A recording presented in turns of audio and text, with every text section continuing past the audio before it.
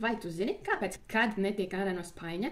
Jo citi velk viņu atpakaļ. Tieši tā notiek ar mums, kad viss ir par daudz. Un šodien es parādīšu, kā no tā spaiņa izkāpt ar neirografikas palīdzību. Viss, kas tev būs nepieciešams, būs balta papīra lapa, kāds rakstāmais, tumšas krāsas, tas var būt flomasters, marķieris, pildspalva, pilnīgi kas tev ir par rokai, un lapa piezīmēm. Ja nu gadījumā rodas kāds fantastisks insights, fantastiska apgaismība vai ideja, lai ir, kur to pierakstīt, jo, kad pieraksta, tad vairāk paliek atmiņā. Un šobrīd es piedāvāju sākt jau zīmēt, un zīmējumu gaitā es arī pastāstīšu par šo te krabju spaini, par šo te metaforu un visu pārējo. Lai ekonomētu laiku, tad es visu stūrīšu apaļošanas laika. Nu ko, tagad ķeramies klāt pie mūsu zīmējuma. Un pirmais, ko es aicināšu tev izdarīt, būs iezīmēt spaini lapas apakšējā daļā. Ja kāda izmēra, formas spaini, kā jūs šodien vēlaties, var droši brīvi izpausties. Nepārdzīvojami spainis ir kaut kāds šķībāks, tad šobrīd nav tieši par zīmējumu kvalitāti, bet par citiem spēcīgākiem elementiem, ko mēs beigās šajā zīmējumā ienesīsim. Un jā, šajā brīdī šis te uzzīmētais spainis ir metafora tavai tagadējai dzīves telpai. Respektīvi tas, kur tu esi šobrīd, tas, kas notiek ar tevi šajā brīdī, šī brīža uzskati, dzīvesveids un vispārējais. Un tālāk es aicinu iezīmēt iekšā apļus, tieši šajā spaiņa daļā, un šie te apļi simbolizēs visu, kas tevi velk uz leju. Tātad iezīmējam apļus. Skatāmies, cik apļus mēs vēlamies, kādam pietiks ar 2, 3, kāds gribēs pilnu spaini ar apļiem. Apļi var savā starpā krustoties, pārklāties, iet blakus pēc kāda attāluma, un jā, apļu skaitu nosakat jūs. Un kam šeit jāpievērš uzmanība, ka neirografikā ir fantastiska iespēja šajos apļos arī zīmēt nozīmi, ko mēs ienesam šajā zīmē. Piemēram, šajās te krabju riņķī, krabju aplis var ierakstīt, kas tavuprāt šis te par krabju ir, kas tevi velk uz leju. Tie var būt apkārtējie cilvēki, kaut kādi notikumi, kaut kāda īpašība, kaut kādas varbūt domas vai talants vai gluži otrādāk prokrastinācija un vispārējais. Ja ir kaut kas konkrēts, tad var droši ierakstīt iekšā ar pildspalvu, kas tas ir. Piemēram, es ierakstīšu slinkums. Tas noteikti ir krabis, kas velk uz leju. Protams, ne visās situācijās ir lietas, kurās tas ir par labu, jo slinkumā tad izdomā jaunus variantus, ka tad mazāk darīt vai nedarīt vispār, bet tajā pašā laikā izdarīt šo darbiņu līdz galam. Tātad apļu skaitu noskat jūs paši pēc sajūtām, kādam varbūt pietiks gluži kā man 6, kāds gribēs vairāk, to jau skatāmies pēc sajūtām. Un nākamais, ko mēs darām, mēs šajā augšējā daļā iezīmēsim tāpatās apļus, bet ārpus spaiņa šie apļi simbolizēs visu, kas tev var palīdzēs justies brīvāk. Kas būs, kad tu atbrīvosies no šiem te krabjiem, kādas tev būs sajūtas, kādas iespējas atvērsies, varbūt kādi talanti, hobiji, kaut kas pilnīgi jauns. Un šos te apļus var zīmēt droši arī lielākus, un arī skatāmies, cik daudz, kādā veidā mēs šos te apļus vēlamies sazīmēt. Es parasti saku, ja, piemēram, roka vēlas pati par sevi iezīmēt kādu apli, nav obligāti jābūt, ka tas kaut ko nozīmē. Jo, kad ienesīsim neiro līnijas un sāksim apaļot, tad noteikti šī te apļu nozīme tāpatās atnāks pie jums. Ja tāpatās kā spainī, šie te apļi, arī šeit šie te aplīši var pārklāties, nav obligāti viņiem iet atstatus. Tie var būt dažādu izmēru apļi, dažādu formu apļi, jo šeit galvenais ir zīmēt šo te visus elementus ar brīvu roku, neizmantosim cirkuļus un kaut kādus palīga līdzekļus. Un kāpēc vēlams ar brīvu roku, jo šajā brīdī, kad mums tiek no smadzenēm nodots impulss, viņš tiek nodots uz mūsu pirkstu galiem, un ar pirkstu galiem visa šī informācija, ko mēs nododam uz papīra, arī paliek uz šī papīra un dot mums kaut kādas atbildes un iespējas, idejas un visu pārējo. Kad liekas, ka apļu skaits ir pietiekams, tad nākamais, ko mēs darīsim, par cik tas ir neirografikas zīmējums, mēs ienesīsim neirolīnijas. Tie, kas nezina, neirolīnija ir līnija, kas neatkārtojas nevienā tās punktā un iet tur, kur vismazāk mēs to vēlamies redzēt. Respektīvi, ja es salīdzinu ar kaut ko dabā redzamu, tad parasti tas meistarklasēs saka, ka tas ir upes, uz kurām mēs skatāmies mūsu šajā te topogrāfiskajā kartē. Katrai upē ir savs līkumiņš, savs teicējums, savs, izskats, savs apjoms. Tā arī šeit šīs te līnijas skatāmies, lai viņas ir maksimāli dažādākas viena no otras, lai ir unikālas un, protams, neatkārtojas nevienā tās punktā. Līniju skaitu nosakat jūs. Cik līniju jums būs nepieciešams, cik līniju gribās, tad droši arī ienesam. Pat cik šodien mēs zīmējam neirografikas zīmējumu, tad šajā gadījumā būs gan viens noteikums, ko ievērot šajās līnijās, tad, lai visi šie elementi, caur visiem šiem elementiem vismaz kāda viena līnija iet. Jo, piemēram, šobrīd skatos, ka šis aplītis ir palicis bez līnijas, bez pieskaršanās punkta ar līniju, un arī šis mūsu uzdevums, lai šis zīmējums tomēr būtu vienots, tad censties caur katru elementu izvilkt cauri līniju. Kad līniju skaits ir pietiekams pēc sajūtām, tad sāksim arī apaļošanas darbu. Un apaļošana ir process, kad mēs šos te visas jēgas, visu apvienojam vienotā neironu tīklā, neironu režģī. Un kā tad tas notiek? Tūlīt pateikšu, kur vislabāk to redzēt. Jā, laikam es labāk parādīšu šeit. Šajā te vietā šobrīd ir 4 asi stūrīši. Mūsu uzdevums ir šos te asos stūrīšus nopļūt. Kā tad tas notiek? Mēs iezīmējam pusaplīti, kas ir vērsts uz āru. Respektīvi šobrīd sanāk kaut kāds rombs. Izstās pēc romba un aizkrāsojam viņam viducīti. Tādā veidā jau rodas jaunie neironu savienojumi, jaunies neironu reģis. Un tādā veidā mēs nopļojam visus asos stūrīšus, kas mūsu darbiņā šajā brīdī ir. Un kamēr mēs apļojam, tas arī pastāstīšu par šo te krabju stāstiņu, krabju metaforu. Tātad iedomājies, spaini pilnu ar dzīviem krabjiem. Ja tajā būtu tikai viens krabis, viņš spētu viegli izkļūt ārā, ņemt, uzrāptos pa sienu un aiziet. Bet, ja krabju ir daudz, tad notiek kaut kas dīvains.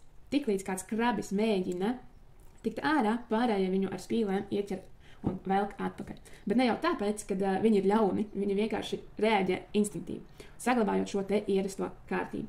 Mūsu dzīvē notiek tieši tāpat. Ja tu nolēmi izmainīt savus paradumus, tad sākt jaunu projektu vai vienkārši parūpēties par sevi, vienmēr atradīsies kāds krabis, respektīvi cilvēki, ieradumi vai iekšējās bailes, kas vilks tevi atpakaļ pie vecām pazīstamām. Tas var būt draugs, kurš saka, ko tu tur izdomāji, tas taču nestrādās, vai kāds rādinieks, vai vēl kas, vai arī tikpat labi bailes, vai ieradums, kas neļauj tev virzīties uz priekšu, vai tikpat labi iekšējā balss, kas saka, labāk nesāc, paliec kā ir, tas tomēr ir drošāk, priekš kam tu kaut ko centīsies mainīt, un tā tālāk. Svarīgākais ir šajā te visā stāstā pamanīt, kas ir iekšējie tavi šie te krabji, un apzināti izkāpt no tā spaiņa. Pat sākumā tas varbūt var likties, kad tu esi palicis viens uz kādu brīdi, ka tas ir sarežģīti un neiespējami. Tāpat tās svarīgi ir censties izkļūt no šī spaiņa, lai cik tas sarežģīti nebūtu. Un, jā, jo tikai tā tu vari izrāpties ārā un redzēt plašāku horizontu. Tāpēc šodien es arī piedāvāju šo tādu simbolisku nozīmi šim te zīmēm, arī iezīmēt šos te savus krabjus, kas mūs velk uz leju. Un tāpat arī vizualizēt šos spēcīgos elementus, kas būs, kā tu jutīsies, kad būsi izkāpis no tā spaiņa laukā. Un tagad, jā, turpinam apaļot. Tas vēl var aizņemt kādu laiciņu, bet šajā apaļošanas procesā ļoti interesanti pavērot savas domas, kur viņas aizklīst. Kādas domas, kādas idejas, kādi varbūt insighti atnāk. Un, jā, šajā brīdī es bišķīt apklusīšu, lai jums šīs domas paliek pie jums plandošas, jo bieži vien, kad kāds meistarklašu vadītājs sāk daudz runāt, tās domas arī aizklīst līdz ar viņu, nevis pie sevis, tāpēc šobrīd no manis būs kādu brītiņu arī klusuma periods.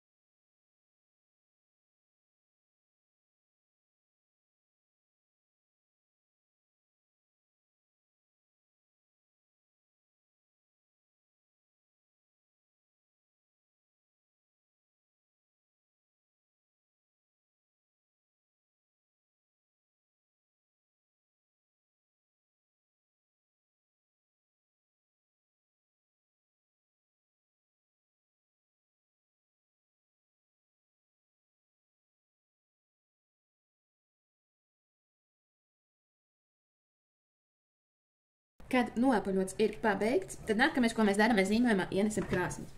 Vienalga ar kādiem materiāliem tev var būt gan flomasteri, gan zīmolīši, gan teksta marķieri.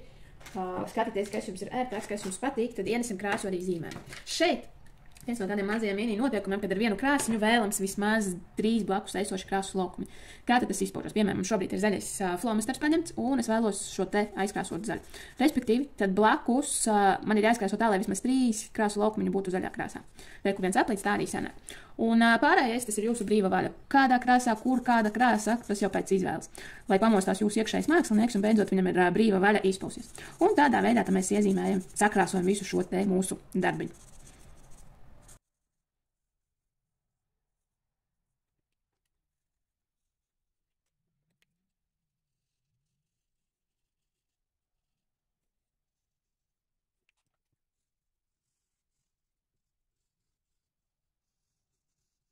Nu, un, protams, neaizmirstam par foniņu un arī par pašu spaiņu.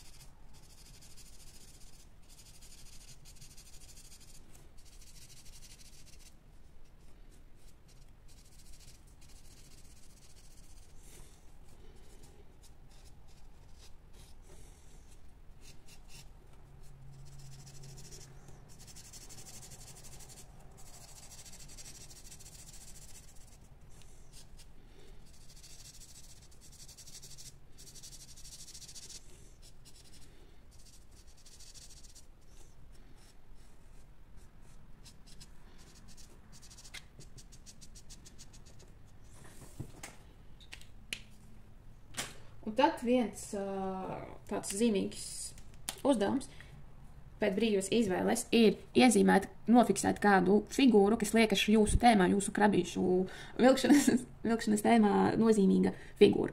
Tas var būt aplis, varbūt kaut kāda cita figūra veidos, piemēram, šeit arī izskatās, ka varētu iezīmēt apli, kas būtu šeit tēmai atrisinājums. Šo te skatāmies pēc izvēles, varbūt visi apli šodien liekas svarīgi, bet es iezīmēšu šo te vienu centrālo, nofiksēšu viņu, un šī fiksācija nozīmē to, ka šī te figūra ir nedaudz jāizceļās ar krāsiņu vai ar biezāku līniju un ar citām šīm te figūriņām, kas jau ir. Un pēc izvēles tāpatās arī pieliekam papildus enerģijas līnijas mūsu zīmējumā. Es pielikšu klāt, jo man liekas, ka rekus jūtu, ka varbūt vēl vajag izcelt, pievienot šo te līniju. Tās var būt līnijas, kas jau ir darbiņā pieejamas, vai arī gluži otrādāk liekas, ka vajag, bet vēl nav iezīmēts, tad var droši iezīmēt arī kādu jaunu līniju. Tas arī pēc brīvas izvēles. Un, ja liekam papildus enerģijas līnijas, tad cenšamies kādas divas tikai iezīmēt, vairāk nav nepieciešams, jo tad būs raibs ar garu acīm, un mūsu aciņa nespēs nolasīt šī te zīmējuma vēstījumu. Šobrīd man ir viena, un iezīmēsim arī otru.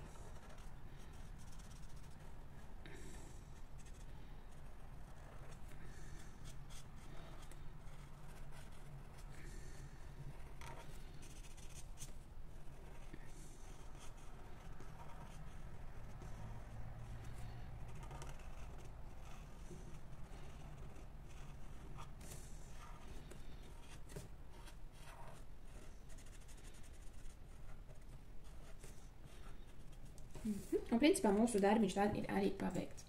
Un, jā, nobeigumā es vēlos teikt, ka, ja jūti, ka tev ir apnicis viss, ka krabji vēl tevi atpakaļ, tad nāc, mēs izkāpsim ārā no šie tā spaiņa kopā. Lejuplādē manu bezmaksas PDV, kad viss ir par daudz un sēdz pirmo soli jau šodien. Saiti atradīsi pie video.